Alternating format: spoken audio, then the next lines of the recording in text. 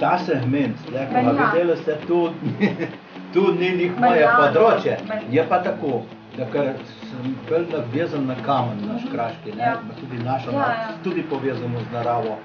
Spremljam tudi te zadeve, ne pa zdaj tako strokovno. Jaz tu spremljam, ko opazujem v naravi, ko naredim v naravo, ko opazujem te tvorbe, ko so kakšenkrat prav enkratne, zaradi samih oblik, ko so na kamnih ali pa na drevji, zaradi samih barv takih čudovitih.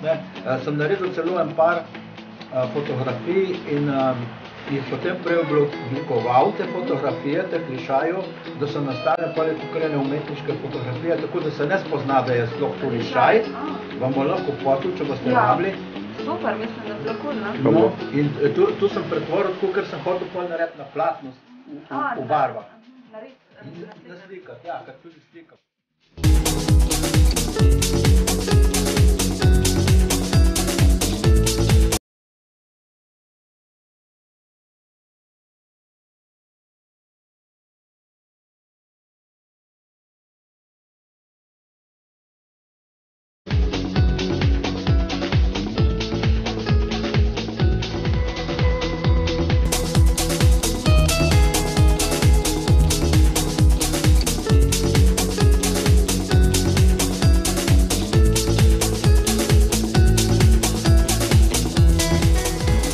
Kar narava da, je z določenim namenom tu narediti.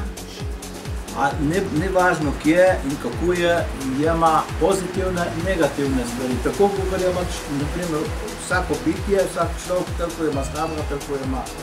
Ampak jaz mislim, da lišaji, tako za reč, ne škodejo.